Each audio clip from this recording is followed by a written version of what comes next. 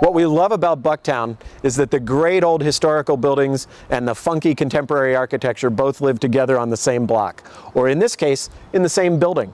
This was a stable built in 1898 on this nice big double lot. These are the old walls from the 19th century of that stable. It later became a house, and then in 1994 a couple came in, redid that entire house with a brand new facade. So we're mixing old and new here on the outside, and you'll see when we go inside you can't tell whether the interior is the historical or the new. They've worked it in very nice ways. It has a real contemporary open feel, but a certain kind of timelessness as well.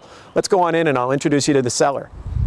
Stacy Negrelli is not only the seller of this house, but the designer of both the house and garden. So congratulations, you did a great job. Thank you so much. Tell me a little bit about this part of it where you've got the stairs hanging below skylights. This is terrific. We wanted to bring a lot of sun and light into our home. That was very, very key to us. And we had an idea of having a rounded motif, and the staircase was this oval staircase that leads up, floating staircase that leads from the second to the top floor was really the focal point for the home, and everything in terms of all the other curved walls were designed around it.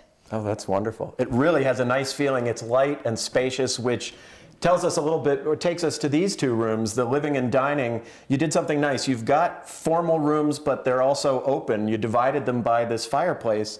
But let's talk first about the living room, which has a nice bright openness, 3 pairs of French doors. I think you were inspired a little bit by things you've seen in France. Yeah, France and Italy, all throughout Europe. We just loved all the casement windows and the French doors, and so we used them throughout the entire home. It feels good. It feels really good in this room, and then we come into, again, sort of it's a formal dining room, but it's not a formal dining room. It worked out real well. It's wonderful. It's really wonderful for big parties, because this is a very large room and we can have a big long table and many guests with the fireplace going, and with fireplace light in both the living room and the dining room, and it just flows. That's great. Let's flow a little farther to the kitchen, which is very nice. You've got a nice island, good cabinetry, and it goes out to a beautiful breakfast room. There's so much daylight there, it's almost blinding.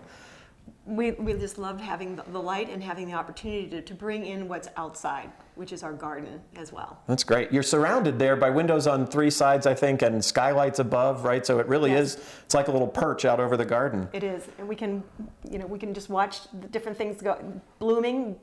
We can see the birds, we can see the rabbits in the yard. Oh, that's great. And we're going to be out among them in a few minutes. Yes. But let's first talk about the 3rd floor here, which is, I think it's 3 bedrooms and 2 baths. Is that right? That's right. Front bedroom, like the living room here, looks out over the street with the French doors. Yes. And then the rear bedroom is the master. It's nice and big. And tell me a little bit about what you did in there. The master bedroom, again, we use big casement windows, so we can look down into the garden. We always have a sense of what's going on outside. We have a nice big fireplace to keep us warm in the winter, and also the master bath is off the master bedroom, and we have a nice big window in there as well. Again, we just loved having natural light and a feeling of openness and spaciousness.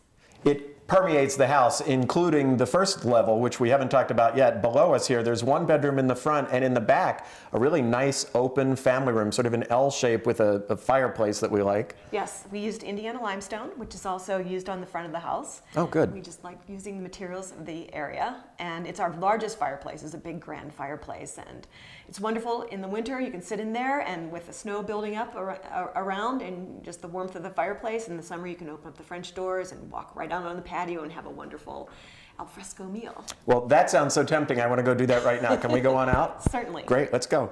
Well, Stacy, as we came out, we really see what you were talking about. The inside really embraces the outside, and that's on every level here. You've got the terrace here, and above, this nice seating area to eat. And you were talking about how it feels like you're sitting out among the trees. Yes, when you, right off the kitchen here, when we come out and we have our dinners or breakfasts, we're surrounded by these mature trees, and it just feels like you're in a tree house. That's terrific. The nice thing is you kept a lot of the old trees, mixed them with new, so you've got all that shade and lushness of the old trees, but lots of new plantings from the street all the way back to here. We've got that nice archway you created. You've got a rose garden, lots of planted beds. It's so lush back here, it's like your own private park. Well, we discovered when we were traveling in Europe, we needed about 1,000 plants to make it feel like the gardens we saw in the homes in Europe. So it feels really nice. It's great. And then, of course, we get to the practical. You do have a garage here off the alley, which is good. And then you've got this cute little vine-covered cottage, which serves another purpose. It's actually our garden storage shed, and very often people think when they pass by that possibly I live in that shed.